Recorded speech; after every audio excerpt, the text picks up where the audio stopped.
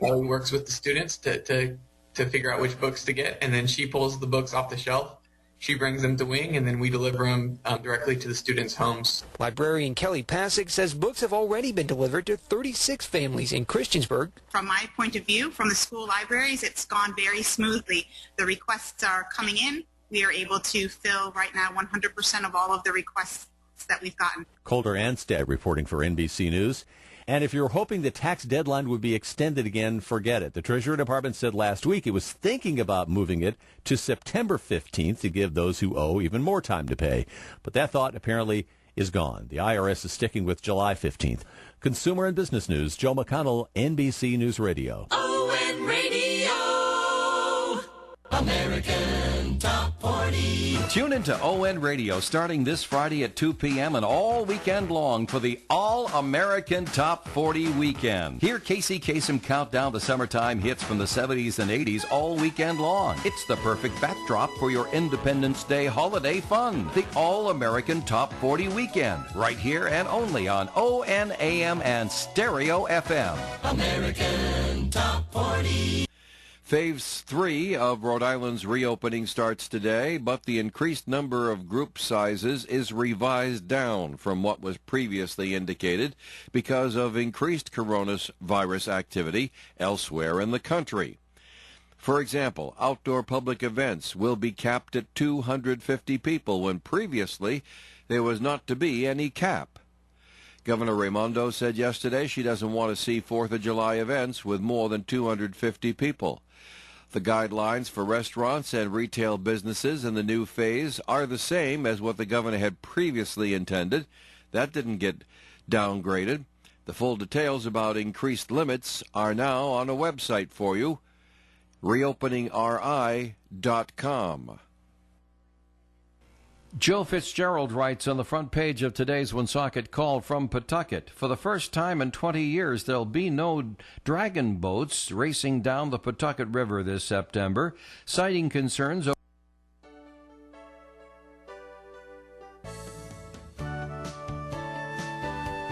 Good morning and welcome to Coffee Ann, the longest-running panel discussion show in American radio. To make a comment or ask a question to the panel, call 401-766-1240 or email coffee@woonsocketradio.com. And now, let's join the Coffee Ann panel. Thank you very much. Good morning, everyone. It is Coffee Ann, right here on ON Radio, 1240 AM, 99.5 FM. My name is Joe Callahan. Across the table from me, let's say hi to Tim Draper. Hi, Tim. Good morning, Joe. Good morning, David. Nice to have you here there, Tim. Nice to be here. Joining us on the phone, Solo. Melissa Smith from the St. Antoine Communities. Good morning, Melissa. Hi, guys. How are you? Good. And nice to have you here. John Ward is also joining us by phone. Hi, John. Good morning, everybody. Are you traveling along, or have you got to your whatever destination you're going to, or what's your story, John? No, my destination is later. I'm still at home, but I have to leave my home at 8:30. So gotcha. That's right. You got to be someplace else. All right. When the weather comes on, I'll be gone. So we need to harass John right off the bat. Okay. You want Melissa's message first? Where is John going? I want to know where he's going. Doesn't he have to answer to us? I thought that, Well, he could answer to us. He's not. Well, none of us are Woonsocket residents, so he doesn't have to answer to us. But before we talk to John, Melissa, we need a first message from the St. Antoine community, please. I'm so glad Tim had to remind you, but yes. Oh, was that on the air? Yep, that's okay. I'm fine with it. So, yeah, I'm calling in from St. Antoine Community. We're located in North Smithfield. We are at the corner of 400 Mendon and 10 Rose Avenue. On our campus, we have 2 buildings that offer 4 levels of care: assisted living, rehabilitative services, secured memory care, as well as long-term care, skilled nursing support. The first building on our property is the Villa. It's right at the corner of 400 Mendon. It's our 76-apartment facility. We offer traditional apartments in 3 styles, as well as an 8-resident memory care unit. In our second building on the property, which is on the 10 Rose Avenue corner, that is our 260-bed skilled long-term care facility. We showcase inside our Easy Street Rehab Center, our secured memory care unit, as well as our private hospice suite. If you have not been up to our community, I invite you to come up, take a tour, although not right now, obviously, since we are not allowing visitors on the property still. But we did recently just tape and post up to YouTube a virtual tour of the villa, and we're going to be posting one for the residents soon. So if you haven't been and you need support and assistance with St. Antoine Community, you can at least get a little bird's eye view into what the facility looks like and all the services available. So if you need any additional information, feel free to reach out to me, Melissa Smith. You can email me at msmith@stantantoine.net, or you can call 767-3500. Okay, there. Thank you very much there, Melissa. John, you might have a little trouble getting out of Getchell Avenue onto Park Ave. You may have to leave a little earlier because there's all sorts of detours because looks like they're striping the road. Oh, I see. Well, the area that I'll be traveling on is up near Park Square, and I don't think they're striping on the part that They're they not. never paved. Oh, well, they are. They are. I went the other way. I came down from Park Square and had to take detours onto other roads. Thank you. I know the sneaky ways around, so okay. I can end up on 140 on Eddie Dowling Highway without actually going on Park Avenue. There you go, Dave.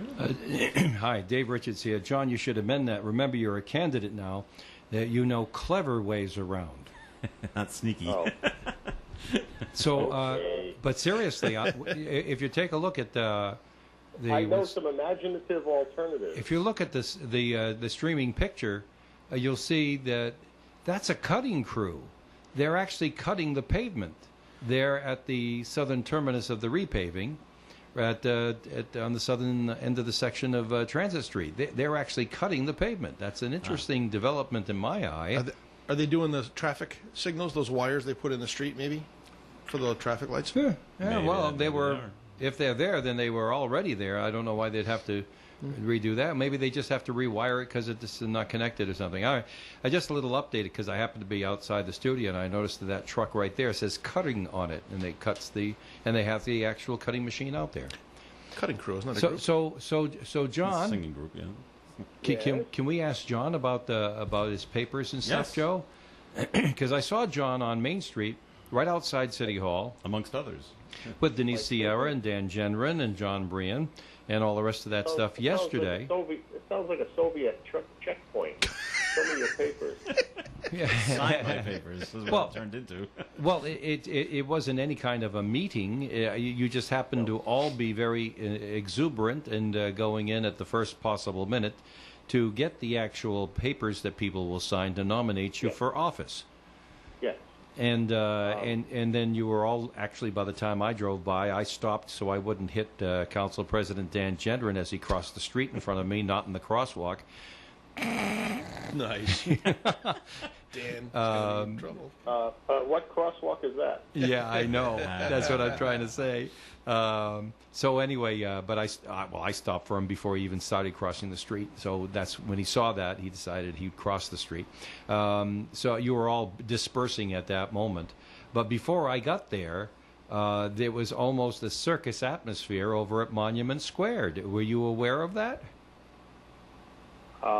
Yes, I was. There were ever That so had been- many. That had been planned for a few days, but Yeah. it was intended to be a social media surprise announcement on the morning of the paper signing event to begin, and it worked very, very well. Good. Yeah, I guess it did because he got 100 signatures, well, plus, in 4 hours. But as you approached Monument Square to go up near Main Street, which was my duty at that time in the car, they had some characters dressed up, and I do say that because they were dressed up in not normal costumes to draw your attention to them, carrying John's signs and waving and having fun and pointing over to the other volunteers, which line both sides of the street, encouraging you to stop at the headquarters building and to sign papers there. So I thought that was kind of remarkable. I had never seen that done quite that way before. Well, as they say, necessity is the mother of invention, and the choice was made to do a COVID-19 compliant signing party, and in doing so, they used sanitized clipboards with a bunch of sheets for each candidate on the clipboard, and each car that came up would get a clean piece of paper with a clean clipboard and a pen that they got to keep, and they could sign the sheets. And then when the sheet was signed, it was put in a stack all by itself. The clipboard was sent for sanitizing, the new set of papers was put on it, and so basically, I have 97 signatures from that event yesterday, and I think it's done on about 90 sheets of paper, separate signing sheets. So That's- nobody was put in danger. So it could be an interesting counting session over Board of Canvassers this year. Well, they still have to check every signature, so it's just they're going to be seeing it done on more paper than normal. In our case. Other people may go around collecting signatures in the normal course. I know, but they'll be obliged, of course, to have masks and gloves on as they handle all the sheets, won't they? I would think so, yes. Yeah. I think they will be wearing gloves. What a really difficult task that is. When I think of all the different jobs, they have a show on pay cable TV about a guy goes around and does dirty jobs and stuff like Mike that. Rowe. Yeah, Dirty jobs, yes, and he Rowe. does every despicable kind of it. To me, one of those jobs would be counting and verifying the signatures on these. No, there's Really, be a because show called Boring Jobs. Because, Well, they've got to there's- check to see if the signature matches the voting records. Then they have to see if that person has voted for more, has signed the papers of more than the number of seats there are up for election. Obviously, you cannot sign council papers for more than seven No, candidates. sorry, Dave. That rule was eliminated in Central Falls some years ago. Oh, I'm You can sorry, sign I didn't many know papers. that. Yes. It used to be a rule, didn't it? It was, but then one of the candidates had the opponent followed around, and he basically collected the same signatures as the candidate challenging did, and he had his guy run down to the Board of Canvassers to submit them first. Oh. So this guy that was collecting sneaky is signatures, that? they all got rejected. And it ended up in the state Supreme Court, and they said, well, that's for the birds. Wow. You can sign as many sheets as you want to. Well, thanks for the update. I'm sorry, my memory, I didn't remember that happening, and so Yeah, that was, I am that now. was a cruel joke. I'm now That guy updated. was awful. Wow. All righty. Well, then, whatever. It's time for me to say bye-bye. I just want to give a little update. And while you were there, I just wanted to relay what I was seeing yesterday, and hopefully it benefited you as well, right? It worked out very well. It was coordinated through the John Brien for Mayor campaign. He did it at his headquarters, and he was able to submit more than 100 signatures by noontime. Yeah, I know. Good for him. I think he said for the day his total was about 177. Well, Well, that ought to take care of any challenges, I would guess. I would think so. And he'll probably get more before the 10 days is up. Okay. Well, there's always some challenges, some signature that doesn't jive or something like that, and it's no disgrace to anybody. It's just that sometimes people are enthusiastic and they sign, and their voter registration isn't in order or whatever. All right. Thanks, Dave. I'm leaving. Bye. Alrighty. John, we'll see you later. nice to see you, David. Now, Dave, just Yes? one more thing. The only thing you didn't mention that they don't check is whether the person's actually alive. Well, if they have voting, I know, but that it's kind of moot. If they have an active voting record, you kind of hope they're alive. Okay. But how do they sign the paper if they're dead? Right. Oh, okay. Isn't that the premise? I mean, you have to trust in something. And if they have an active voting record, right? In God we trust, Dave. All righty then. Well, yesterday happened. Speaking of elections, yesterday was an election day for me in the town I live in. Really? What Yeah. were you running for? I was not running. The bus. we You just were had running for the bus. we just had board of selectmen, a couple of school committee members, town moderator, and housing authority, or something like that. But we do things different in Massachusetts than in Rhode Island. I don't have to show an ID to vote. I just gotta. They take my word for it. A lot of trust, yeah. It is a lot of trust, and I can and if you're really good at it, and I am at this, and if I'm real sneaky, Melissa, and I'm not, I can vote twice because my son is still on the voting rolls. So all I would have to plan it, and do it. Or wear a different mask. Rubber nose and glasses. Yeah, that's right, because they don't ask you to remove anything like that. And just come back, vote at like 10 in the morning, come back about 4 in the afternoon. There should be somebody different at the table. I could vote twice if I really wanted to. Yeah. But you show up, you're wearing your mask, of course. They're wearing a mask, and all they ask is your street and your number, and then your name, and here's your ballot. Off to the races. But yesterday they asked, did you bring your pen? No. I didn't know I was supposed to supply my own pen. They said, that's okay. And she handed me one. She said, here. And she said, this one's been sanitized. Wow. So please go, mark your circles, like the school tests used to be, and bring the pen back to me so we can re-sanitize it again. Yeah. Okay. It's the way it's going. Then you go to the checkout lane. They ask you the exact same questions about name, street, number, name, and then you slide the little thing into the machine, and you're done. Well, so it's similar to what's done in Rhode Island, but we don't have to show an ID in Massachusetts. None whatsoever. About how obsessive compulsive we're going to be when this is all over. I mean, just even thinking you go to vote next year, you're going to say to yourself, "Oh, I'm grabbing a pen. Now, have you sanitized this like before?" Well, if it's my pen, surfaces and yeah, in there they have them all over the place. We're going to be so aware, so conscious of everything we touch. What else is funny is the actual voting place. It's those triangle plastic station. Things, but every other one was roped off. Really? So only 2 people can vote at one table at a time instead of 4. Oh, not that was a problem yesterday because not a lot of people showed up in Rhode to Island, vote. it's like these little plastic booths that they can probably easily separate 6 feet apart. These, I guess in Mass it's different. These are all connected together, and you can't separate them. So, but some were you stood at, and some you could sit down at. I said, well, okay, that's new. I said, well, this is going to take about 30 seconds, so there's really no need to sit down. I know who I'm voting for, and by the way, John, if this is a foreshadowing of your election, all the incumbents in my town won. Okay. So since you're the incumbent here, maybe that'll apply to you. I guess I can't complain about that possibility. No, you can. Well, I had a problem with one person that was running yesterday. They were running for school committee, but I saw the signs all around town. All it had was her name. Doesn't say what she was running for. Well, it did. You had to be 2 feet in front of it to read what they were running for. I said, if you're coming down the road, all you see is a name. Yeah. I'm like, what are you running for? I can't tell. Yeah. So, guess what? You didn't win, and she didn't win. Well, Joe, in Woonsocket, if you're running for school committee, it doesn't matter. You get 100 signatures, you're in. Well, because this time around, only 5 people signed up to run. Yeah. So, wow. That is a thankless job. In this election, it was 2 people were up for re-election, and 1 person ran to get on it. They just I don't know why they split it up. They just do. And so the 2 incumbents got in, and the one that was trying to get in didn't. Although she did have a pretty good showing. Of about 4,000, maybe 5,000 people that voted, she pulled in like 1,700 votes. But the other 2 got over 2,000, so she did okay.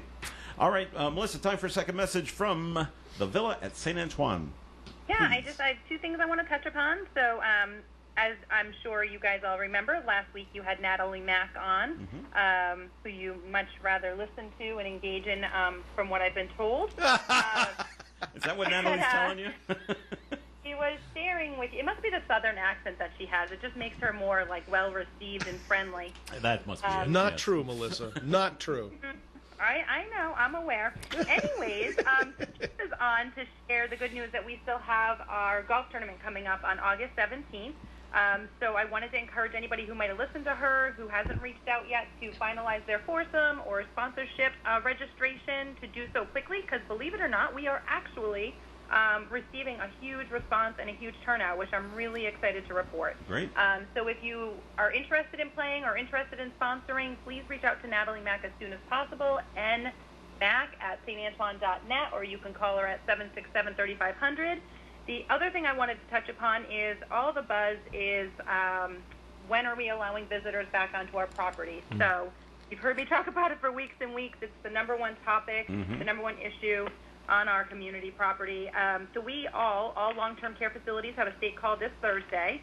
The majority of us have all submitted our visitors' plans for approval from the state. We here at St. Antoine Community, both properties, have submitted our visitors' plans. And now we're just waiting for the green light. Okay, here's the official date that you can all open. So at this point, we're hoping maybe July 15th. I think it's going to be a 2 to 2.5 week leeway from the time that we get the green light. Both properties are going to handle the visitation process a little differently just because of the size scale, where the residence has 260 residents That's a lot of appointments to manage, and it is an appointment-based process. It's the only way that we can safely manage the visitors arriving on campus, screening them, and then having everybody, within a time restraint. So, and then over at the Villa, having, a fraction of that quantity of residents, the visitation guidelines might be a little different. Visits can be a little longer. There may be more appointments available, but we're doing our best to manage it under the circumstances. This is certainly not an easy time for us to try to coordinate a new measure, a new effort. But we're making the best of it. We want to get our families back up here, so just stay tuned. There should be some more guidance sent out to all of our families by the end of this week, and we will also be sure to post it on our social media account as well. All right. Thank you very much, Melissa. And more of the Coffee and program is coming your way. We do have a note to get to, and we will when we come back. Riverfront Patio Dining awaits you at River Falls Restaurant. Enjoy your lunch or dinner as you overlook the Blackstone River. Here are some of the wonderful items on the menu: steak and peppers pizza, baked stuffed haddock, and choice filet mignon. Make your River Falls Restaurant reservations today by calling 401-235-9026. 235-9026, or go online to riverfallscomplex.com. You'll love the Riverfront Patio Dining at River Falls Restaurant, Market Square, Woonsocket. I'm here with Celeste Benjamin of the Benjamin Insurance Agency in North Smithfield. Celeste, tell me about the Benjamin Agency. Most of our business is providing home and auto insurance. However, we feel the most important thing is to insure people. Everyone insures their home, their autos, which are really just objects. I don't know if you know this, Dave, but only 57% of Americans even have life insurance. You may get into an accident, you may have a claim on your home, but life insurance is a guaranteed payout for your family. We are here to keep your family going. Our family serving your family. You're in good hands with Allstate and Kara and Celeste Benjamin of the Benjamin Insurance Agency, 125 Eddie Dowling Highway, across from Dowling Village in North Smithfield, 765-5000. The Coffee and Panel is enjoying coffee from Down East Coffee in Pawtucket. They're a 62-year-old family business that roasts all its coffee right here in Rhode Island. Founded originally as Excellent Coffee Company, they provide great coffee to food service establishments throughout New England. ON Radio. Yes, Coffee and on ON Radio. This is Joe Callahan here with Tim Draper, Melissa Smith. John Ward is with us as well. Melissa and John are both on the telephone. So, John, no 4th of July fireworks this year in Woonsocket.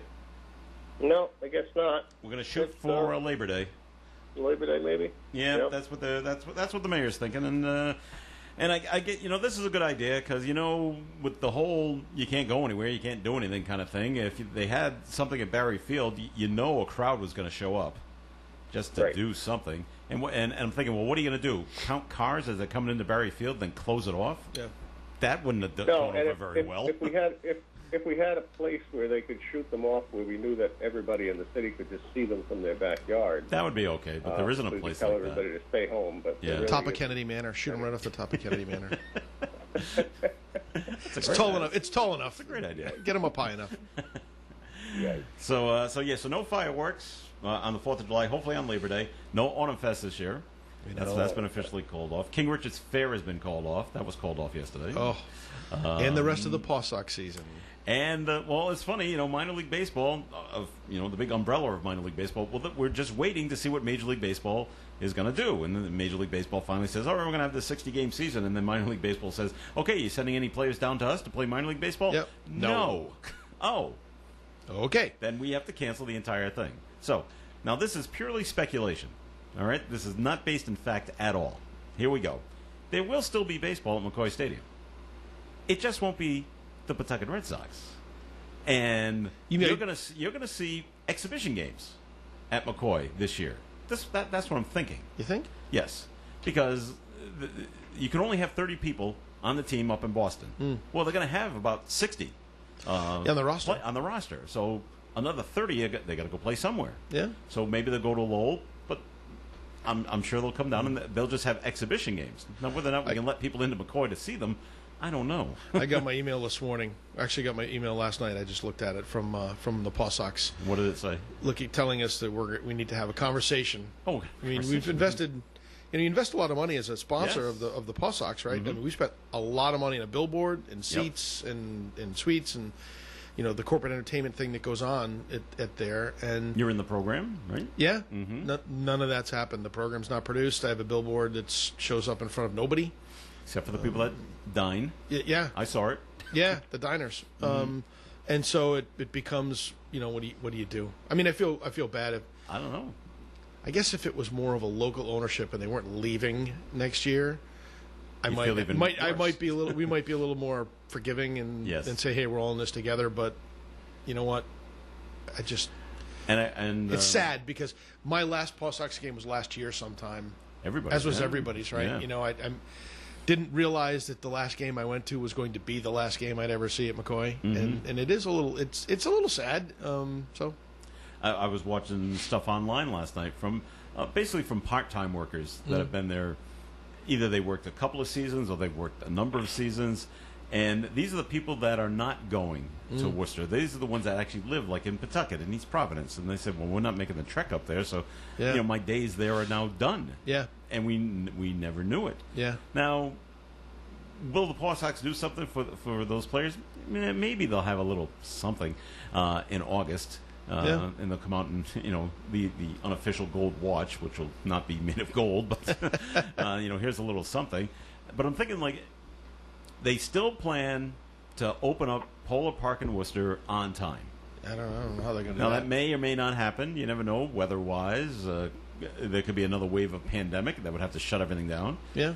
So the only thing I could think they could do is maybe like in June or July of next year, when school is done, we do a weekend, three games at McCoy for one weekend, and we just play there. Yeah. If we can. They need to do some kind of closure. I'm with But then you. you gotta get with the state and the city. Yep. And make sure everybody is holding hands and singing "Kumbaya" around the campfire for that to happen. and I'm sure the Don Grabian would be all for it. Yep.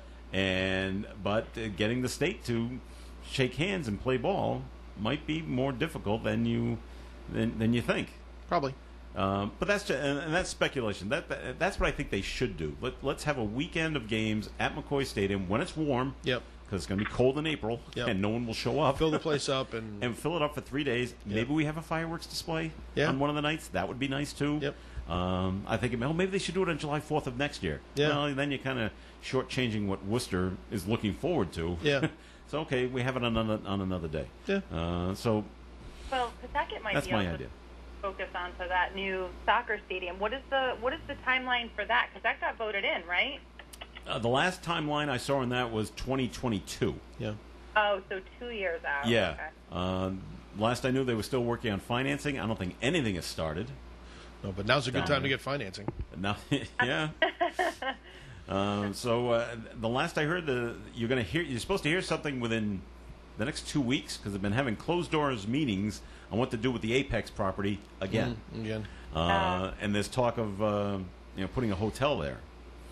But maybe something has changed. Yeah. So I don't know. I'm actually, not to switch gears away from the Paw Sox and where you're going with this conversation, but the soccer piece of the soccer stadium, we had just been down last year at this time in D.C., and we got to see a game at D.C. I think it was D.C. United is their professional team. Mm-hmm. That stadium, I mean, that unfortunately my expectations are that's what they're building. And No, I they're don't not. think it's going to be It's not quite quite what like we that. saw.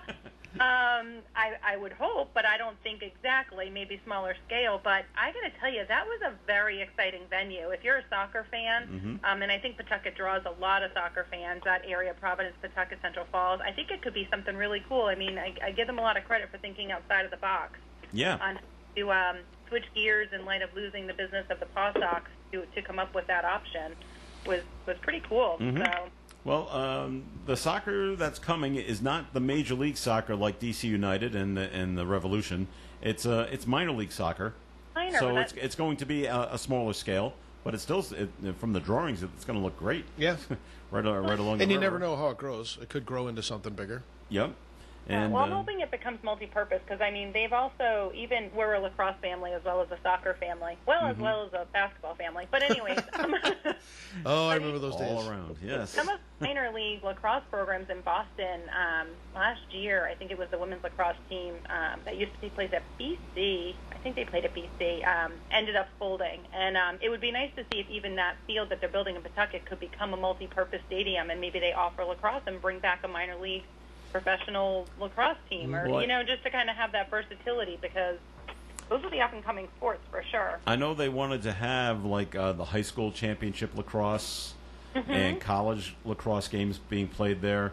There is a professional lacrosse team in Boston, right? I think there was. There still is. Okay, well, maybe they could work it out where they could have lacrosse there. I guess it's the same size field. Pretty much.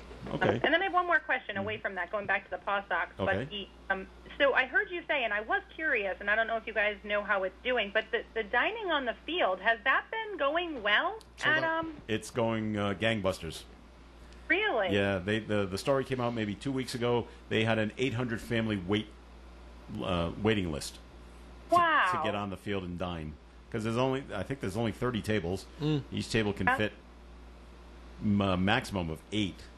Yeah. So did they do 1 or 2 seatings a night? They do 3. Oh, 3 seatings. a night. But they only do it on 3 nights. Yeah. Friday night, Saturday night, Sunday night, and then they do 3 seatings. Yeah. So they're trying to get in as many as they can, and they're going to keep doing that throughout the summer, depending on what exhibition games they want to have. Yeah. That may throw a wrench into the whole thing as well. But they're going to keep doing that. The dining right through. Well, they haven't said when they're going to stop it, but I would say it would at least through Labor Day. Could get hot out on that field. I thought it was genius. I mean, that came out. I don't know. The first time I had heard about it was right before Father's Day, and I thought, wow, so smart. It was, and other teams have decided to pick up on that, and so other teams are doing that. Other teams are doing drive-in movies. Some are doing Airbnbs, and that's kind of cool. Like pop a tent on a stadium. Yes, did that in Boy Scouts though. Cool, that's very right. Cool. And what was the other one? Oh, they told me that the Portland Sea Dogs up in Maine are turning their outfield into a mini golf course. That's thinking outside the box. See, John, there's hope for us. We can go do something like that. I guess so. All right, John. Have you heard anything else about the soccer stadium? Lincoln's kind of close to Pawtucket, so no. In terms of financing, though, have you heard any news on that? No, have not. I haven't heard a word. Okay. I'm frankly, I've been questioning how many of these projects are going to be able to move forward under the circumstances, but I guess you just don't give up hope and you keep moving along. Yep, it's still a couple of years away, so they'll keep. I'm sure they'll keep trying. So on April 23rd, I'm looking. There's an article in the Projo, April 23rd, that they received permission to extend their timeline for that stadium. It's a $400 million proposal, and they got permission to extend the timeline. So it doesn't say to when, but they got permission. Tim, do you want? That's the last article. So April, and then a drop off. So who knows? Tim, I don't know if you want to say. Has Navigant been approached?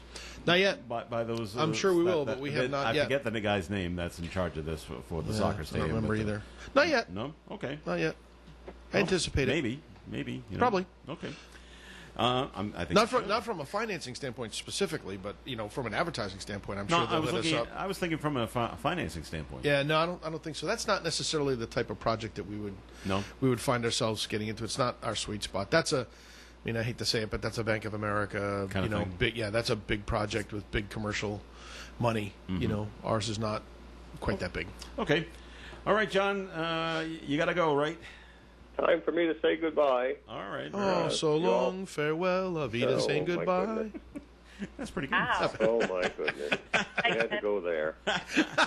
Everybody have a great day. Thank you very much. I'll be talking to you next week. All right. Thanks for joining us, See John. you, John. Take care.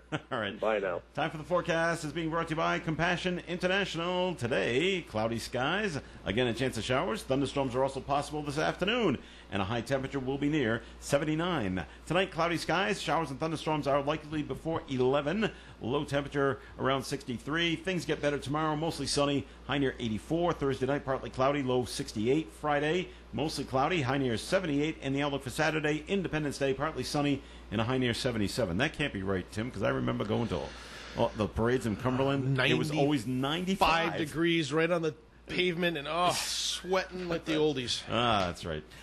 So we can't have that. So currently outside the Navigant Credit Union broadcast studio at the corner of Park Ave and Kennedy Street, we have 71 degrees. Join compassion and give hope to a family in extreme poverty during COVID-19. Give a $40 one-time gift. Text the word HOPE to 83393. That's HOPE to 83393. Do you have a news tip or event that you feel your local daily newspaper should cover? Just email us at notices@woonsocketcall.com. That's notices@woonsocketcall.com. Or call us today at 767-8550. The Call, your daily local news source, where your local news stories are relevant. Again, that number, 767-8550. The email address, notices@woonsocketcall.com. The Call, your daily local news and information source for all things relevant. If you're staying home this 4th of July holiday, chances are you'll be doing some yard work. Navigant Credit Union says if that includes using a power mower, remember before you mow to take wires, cans, twigs, and rocks away. Never mow a wet lawn. Never leave an unattended mower running. Don't refuel a hot or running motor. 50,000 people every year are injured in power motor related accidents. Navigant Credit Union sends best wishes for a happy, safe 4th of July holiday. Are you tired of the same old dishing and depressing chatter in the morning radio? Then don't get down. Get up with me, Dave Richards, from 5 to 8 a.m. each weekday. On the Road with Joe, fun, the trivia quiz, and interesting stories, and your favorite tunes by your request. Don't get down. Get up with Dave. Weekday mornings only on ON, AM, and FM. Thanks, Dave. It is Coffee In on ON Radio. This is Joe Callahan here with Tim Draper and Melissa Smith. And Tim, time for your first message from Navigant Credit Union, who reminds you, don't stick your hand in the lawnmower while it's running this 4th of July holiday. True. Good point. Thanks, Joe. I just want to touch base and remind everybody again that all of our branches are back to normal operating hours with our current guidelines in place of mask wearing and 15 people in the branch at a time. But when you go in, we're going to ask you to remove your mask so that we can identify you 1, maybe 2 times. Don't be offended by that. It is just simply so that we can make sure you are who you say you are. The other thing I wanted to point out is we know that it's a real pain in the neck to change banks. And we know that a lot of people may or may not be happy with where they're at. And if they're not happy with where they're at, then we'd like to give them an opportunity to come on in and give Navigant Credit Union a try. I think you'll love our world-class service. Our great staff up here, for example, at Park Square, under the direction of Amanda LaRose, does a real good job at learning who you are and building the relationship with you and fitting products to your needs and not trying to shove something down your throat. And if you're not totally ready to make the commitment yet or make the change, that's okay.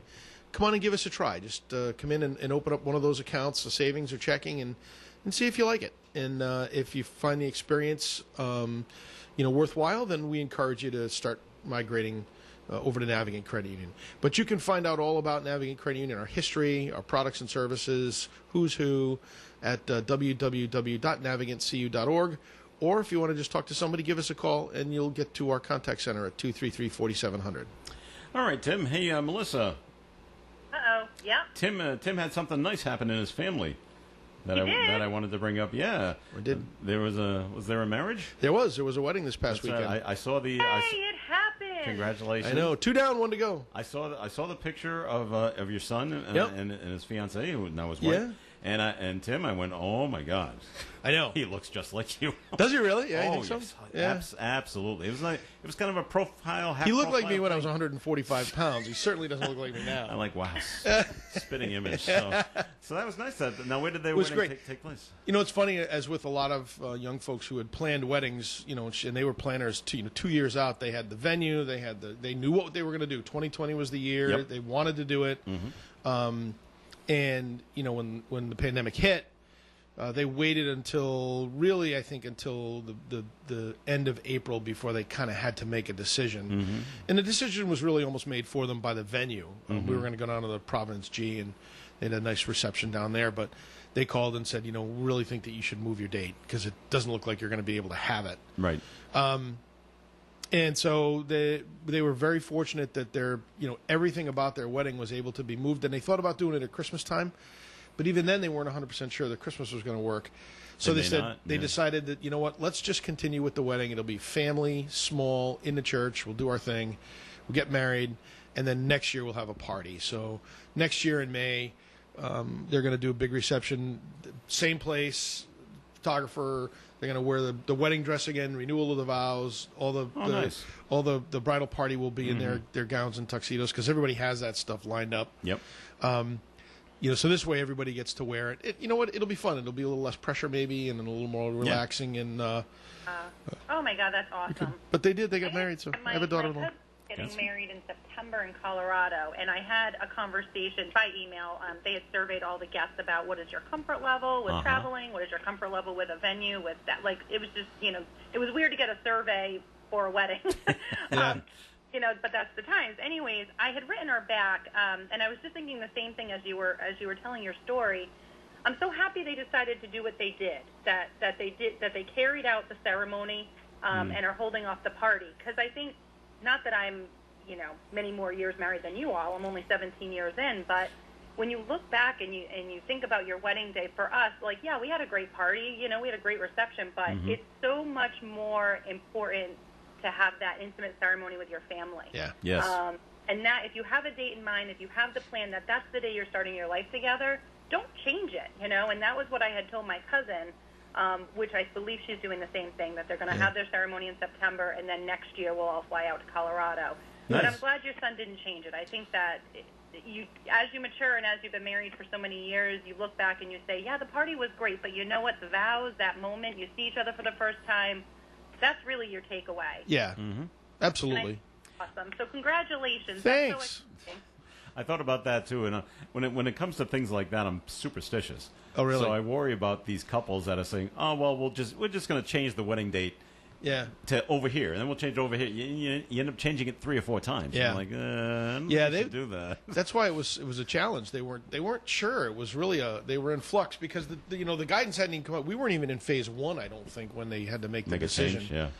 But all they were hearing was that maybe in July or maybe in the end of June we could have 50 people. And, once they opened up the church to 25% capacity, we could have had 100. Yeah. But you want to, you still want to have the reception be something meaningful. So you want to invite your friends and guests and coworkers and stuff then, and let them be part of it. And we actually live streamed it, Melissa, which was pretty cool. Our church has the capabilities of live streaming stuff. Oh, that's so awesome. We live streamed the mass. So all of my daughter-in-law's relatives in England could watch it. Oh, that's great. So they were supposed to fly over and they couldn't, but now they can watch it online. It was quite a thing. They had like 55 or 60 people watching it while it was happening. That's great. So it worked out. It worked out well. Probably could have been included in that invitation, couldn't we have? But we weren't invited. You could have. I'm sorry about that. It totally slipped my mind. My bad. All right. There goes the wedding gift. On a completely different note, this note has been written in to coffee at onesockеtradio.com. Cam Newton is coming to the Patriots. All right. 3 very curious things to keep an eye on. Number 1, will he adapt to Belichick's coaching? He'd better. It's true. I think he will because Bill is he's very quick on that. If you don't adhere, he just cuts you. Yep. Thanks for trying. It's not working out. Yep. See you later. Yep. Number 2. Is he 100% from the very annoying injury that kept him from his abilities last season? Don't know. We'll have to wait till he gets out on the field and tries it out. From what I've seen, have you seen his video? Seen his video. It looks okay. Looks okay. Looks fine, but you never know. When you hit grass, you maybe twist an ankle game speed. and something might happen, so you never know. And number 3, and maybe most importantly, does he have the surrounding tools for the Patriots to make the playoffs? They still are very suspect at the wide receiver position. That was a defining problem for New England last year. Of course, this all hinges if there is a season. Well, it's a good thing he's a mobile quarterback then. Well, that's right. And I've brought it up before. Josh McDaniels is now wringing his hands. Yep. Like a running game He now. looks like Snidely Whiplash right now. As he's like, Whiplash. look, all these plays that I've drawn up Yep. that we couldn't use with Tom Brady because he just wasn't fast enough. Yeah. We can now use if his foot is okay. Yeah. So things are looking good. Wide receiver, I don't know what they're going to do. So, Yeah. we'll give it a shot. Yeah, start with Melissa because I have a thought on it. Thoughts on Cam Newton? Are you happy he's coming, Melissa? Or you're indifferent? No, I'm totally intrigued. Okay. I'm curious with the decision. I've gone back and forth with my husband a few times on this, but I'm a little confused even with the terms of the contract. So he was offered like $7 million, I think is what the amount was, 7 and change. Incentives. He can get to $7 million if he hits all his incentives. Well, that's the part that I'm confused about, because I think what I read was, it's basically a no-risk contract for us, because if he ends up being injured or he doesn't end up beating out Jared Stidham for the starting spot, because I guess that's part of the incentive, right, is he's supposed to be motivated to want to win that spot? Yes.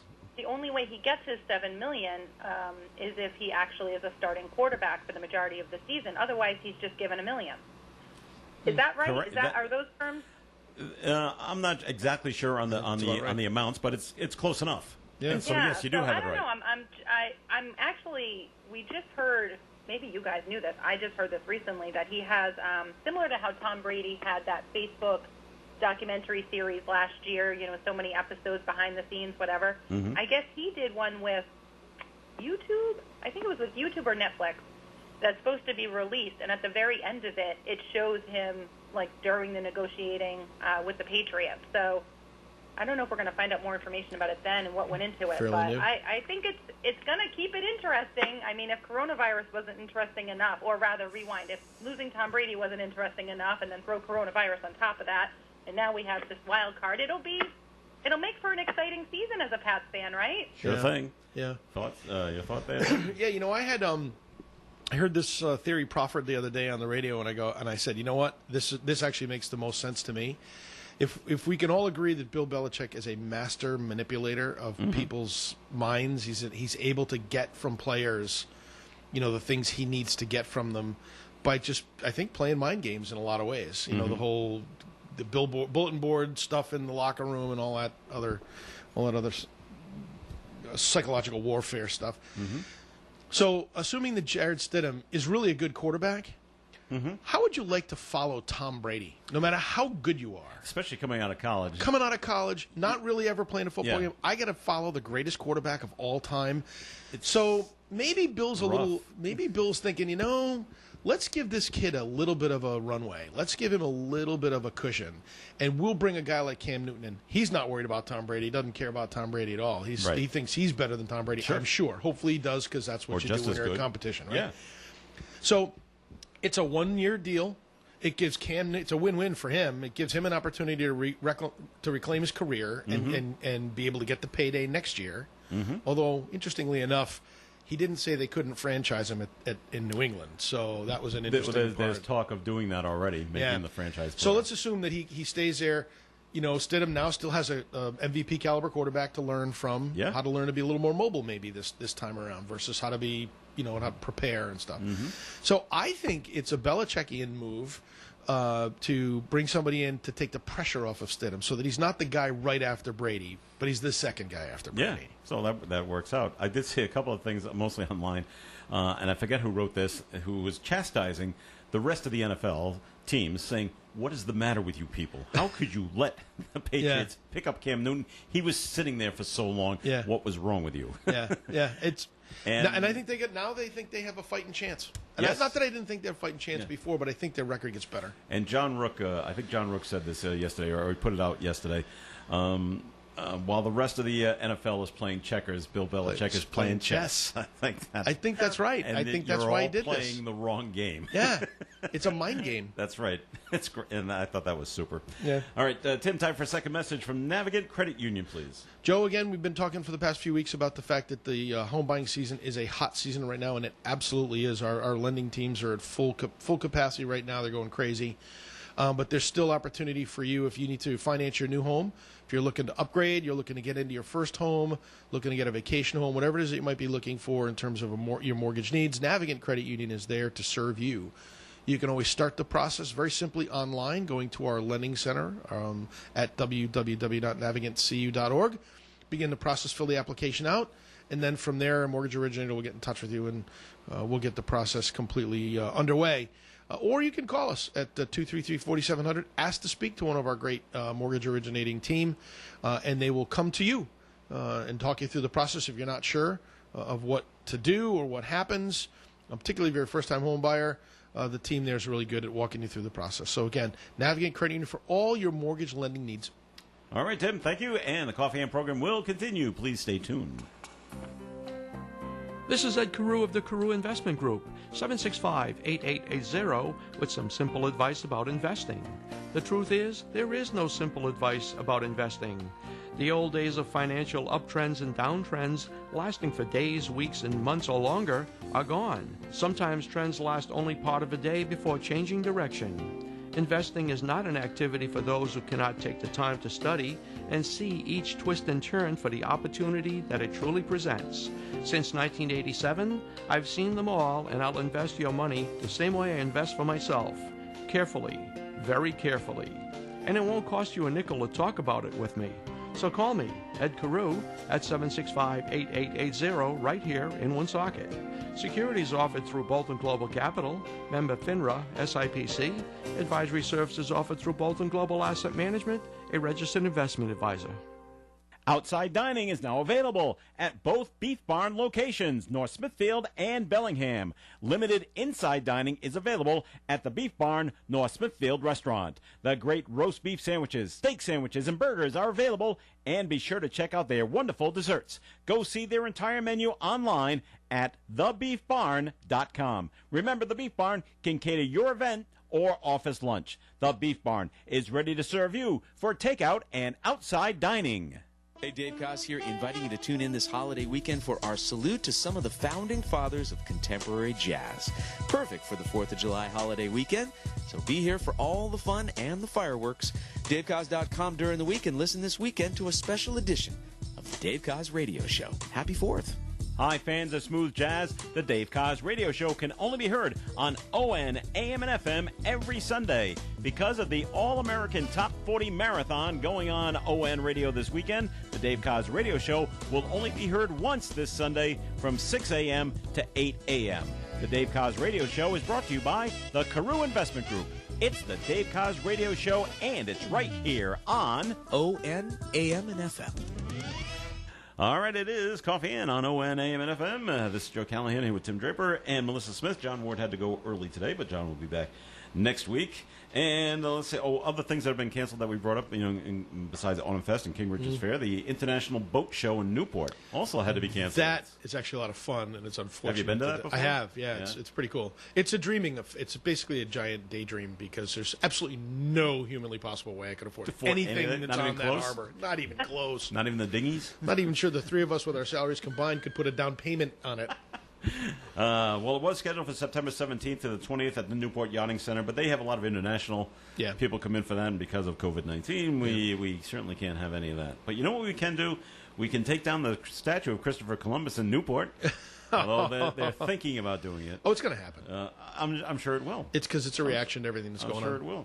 If they're going to take down, and they are, they get the statue in Boston of Abraham Lincoln freeing the slaves, with the slave that's at on his knees, they're taking that down. Yeah, everything's coming. Yeah, everything's coming down. So it's interesting. Didn't we say that last week? What do you do? Take the Jefferson Memorial down? Do you take the Washington Monument down? Yes. I mean, if you wanted to follow that to its rightful end, then yeah, you would not memorialize anyone or anything with a statue ever again. Ever, unless it's an animal. It's a museum in a museum. Yeah, where you're paying your money to go see it. Yeah, and so I hope that's it's there. Ultimately, I hope that's where they relocate lots of these statues that are coming down, because you cannot erase or delete history, because you're not going to learn. They're certainly trying. I know, but you're not going to learn anything from. What do you learn from if you don't learn from history? If you don't learn from your past mistakes, how do you get any better? You go forward and you imagine things, but you're even imagining things based on what didn't work previously. Yeah. So that's history. You can't stop history. You can't make it go away. Like you've seen online, history's not there for you to like or dislike. Yeah. You're there to learn from it. Exactly. So, So I don't know. There's talk of the governor of South Dakota. I think is going to have like their National Guard surrounding Mount Rushmore this 4th of July weekend because there's talk of going out there and ruining it or whatever. Yep. So didn't the governor of, was it South Carolina or one of them, decide that it's time to retire the flag, the state flag? That was redo it? Mississippi. Was it Mississippi? Was the last state to have a Confederate logo emblem on their flag, and they voted to. You know what? That's fine. They should. It off. They should. But I heard from someone from Mississippi who wasn't happy. Not happy about it. Only because they didn't ask the people. Same thing with the state Providence Plantation. Yeah. They didn't ask the people of the state of Mississippi. They asked them 10 years ago. Kind of the same thing with the flag. Yep. Do you want us to rearrange or change the flag? The answer was no. Yeah. They voted against it. It came back no. Yeah. Same thing has happened now. Well, we're just going to do it because we're pandering to the mob. I know. So on the other side, there are people who don't want to change. History is fine the way it is. I don't want to. I'm not going to evolve. I'm gonna stay exactly where I'm at because this is what I know and this is my comfort level and I like it. And therefore, I don't want to change. Don't make me change. And this is, I think, a lot of what's happening is there's a lot of forced change on people who either A, aren't ready for it or don't want it. Mm-hmm. And there seems to be there's no understanding of points of view, right, on both sides of the issue. Mm-hmm. I don't understand why some people want to do certain things, and those people don't understand why I think the way I do. And so you would think it would be a communication thing, but then you try to communicate, and you're wrong, and I'm wrong. It doesn't matter whether I have a valid point or I have my own belief system. My belief system is flawed, and therefore I am worthless. And you're the problem. And I'm the problem. You're the problem too, Melissa. Yeah, and there's. I am a problem. I know. So there's no. You know who's not a problem is Natalie, and I understand. She's perfect. Sorry, we did miss you, Melissa, for crying out loud. Yes, we did. Sometimes I wonder if my sarcasm is too much for this early morning show. Oh, no, it's right on point. It's perfect. All right. All right. Well, you hate when you see stories like this. This is out of Warren, Rhode Island. They arrested a man on child pornography charges, and he's been a Little League coach and a Pop Warner football coach for like 40 years. Yeah. Are there a lot of... Wow. Does he have any kids? It does not say. There are some people that just like coaching. And they don't have any sons or daughters in the league, or they did. Yeah, they grow up, but they just keep going. But this guy's 59 years old. He's been accused of transmitting files that contain illicit images of children from his apartment, and he was a Pop Warner coach, 1982 to 2014. He was still a Little League coach, but officials do say, and this is there's a good thing. Officials say there's no evidence that any of the players that he ever coached were part of the images. Yeah. So that's good for that, but I always feel that the whole idea about Little League coaching and stuff should be the parents of the kids that are playing, because that's kind of the fun of it as well. You don't want to bring professional coaches into Little League so that they can. But I know of a guy. I'm not going to say his name. He's in Woonsocket. Mm-hmm. He coaches Little League. Yeah, and he had his sons in it, but he's still doing it. Yeah, he's still coaching. And so love the games. I get it. So I'm not passing judgment. All right. So on another note, let's be glad we're not in England. Okay. Well, I kind of like England. I love the England. I want to be in England. Well, maybe you don't want to after I read you this story. Starving, cannibalistic rats are reportedly on the rise in Britain. What? Because of coronavirus. Because people. The thing is, they're people not don't going know out to eat. They're not throwing their so trash the food's out. not being thrown away where the rats eat the food. Yeah. So oh my there's no God. food in the dumpsters. Well, if so they're turning on each other. Oh, good. Well, that's a good thing. Well, then you're going to have one large rat at the end, well, aren't we? Maybe, but they'll be easier to get rid of. You just find that one rat. More rodents have been spotted eating their young. That's nice. Eating their young and are becoming bolder while looking for food. The Pest Control Company reports an 80% rise. 80% rise. Someone's making money during COVID-19, and it's these guys. Yep. An 80% rise in demand for homeowners who claim rats are finding more ways into their homes. Well, they'll chew through anything. Company officials recall services where the animals have crawled up pipes, gnawed through plastic piping, and swam up toilet bowls. Oh, that'd be exciting. That's my boy, that's just a horror movie coming to life right there. like when you hear the stories about snakes going up through the pipes of a toilet. Like Yes. I that's a real fear. That is a fear. Can I tell you a funny story? Just Yeah, totally, sure. totally set aside this. So we'll Yeah. talk about my now married middle son, who's actually very bright, probably one of the smartest kids I've ever met. He's up at his in-laws' place in Maine, and they're helping clean it up and get it all ready. I guess they just bought it, and Mm-hmm. they have this bathroom that has a bidet in it. Mm-hmm. Now, Alex is intrigued. He's never seen a bidet. He's never had a bidet. And so his future father-in-law said to him at the time, Alex, that's, that water comes up. And he says, I think, it's probably under, some sort of pressure. And so Alex goes, oh, I wonder what it's like. And he looks into the bowl, presses the button, and just gets drenched. I would have paid for somebody to videotape that because that would have been fantastic. Oh my! Did they laugh at him? Oh, they totally laughed at Oh, him. good, And we good. told the story at the wedding, so it's all good. That's a great story. It's all good. Was So it? did Was you he like know? no? Speaking of bodega, Yes. did you know I have a friend who I happened to meet up with for the first time since we've been quarantined, and we were just talking about all the silly stuff, the toilet paper shortage and whatever else, and she goes, "Well, I bought a mobile bidet," and I'm like, "You bought a what?" And she's like, "Well, bidet? What do you hook it up to the hose outside? yes, it's a thing they sell on Amazon that you can hook it up to your plumbing of your toilet, and it's like a portable mobile bidet. Okay. That must be the one they make part of the seat. I didn't even, I can't I saw Google it- it because if I do, I just don't want the visual of my friend using it. But It was an ad. I think I saw. You saw it like back Yeah. in March and April. They were selling Yeah. it. Yeah. They say they're actually pretty good for your septic system Are because they? there's no paper involved. Well, so and I thought, well, okay, we're going to be entering another wave possibly this fall and then the winter, and I'm sure whatever shortages we experienced in the spring are going to be even worse yeah. this winter. And I'm like, oh, maybe there's something to be said about it, having it on backup, so to speak. But I don't know. It caught me, or it struck me as funny. Yeah. I think we're stocking up on toilet paper and paper towels over the summer, so we'll be all set should that happen. Keep that to yourself, because Well, I'll tell you, it was starts weird. hearing it, We never thought. I never thought about it until my wife said to me one day, "Hey, we have 2 rolls of toilet paper left. You need to go get it." Ooh. And then I went 14 different stores and couldn't find any. I was like, "This is Now actually a it's problem." Now it's an issue. Now it's an issue. Oh, I'm sure that Tim would be willing to share his stock with us if it really became a problem. Yeah, that's right. I would. I'm sure you would. would. All right. Same way he got to invite us to the live stream of his son.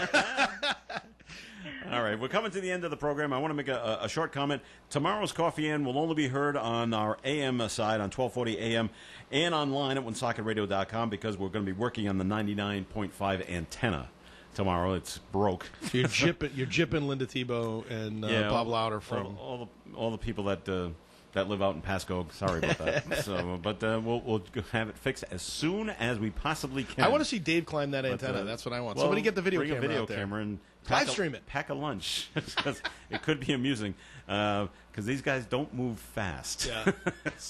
Because there's a lot of safety things involved. I was going to say, And are they from the south? climbing that from the south, climbing that pole takes a. I wouldn't want to do it. No. So we get specialized people to come and do it. Yeah. All right, now thanks to John Ward who joined us earlier. John will be back next week, also on the phone. Melissa Smith, thanks for joining us today. Thanks for having me. Good to see you, or Okay. good to hear from you guys. Say hi to Natalie for us. I will. Don't worry. If you want to do a shout out, she's probably listening. Hi, Natalie. Hi, Natalie. All right, Tim Draper, thanks for coming in. Thanks for having me, Joe. Melissa, it's been great to see you guys or talk to you guys, and enjoy the God-given day. All right, this is Joe Callahan. Have a great day, and we'll talk to you this afternoon here on ON Radio. Broadcasting live and local daily from the Navigant Credit Union broadcast studio at the corner of Park Avenue and Kennedy Street. This is WOON, Woonsocket Radio, ON, AM, and FM. And now, the news. Russ Olivo writes on the front page of today's Woonsocket Call. Mayor Lisa Baldelli Hunt of Woonsocket has been watching the trajectory of the rules for social gatherings in hopes of salvaging the 4th of July fireworks event in Woonsocket this year, but finally made the decision to postpone it after Governor Gina Raimondo's latest restrictions pulled back on the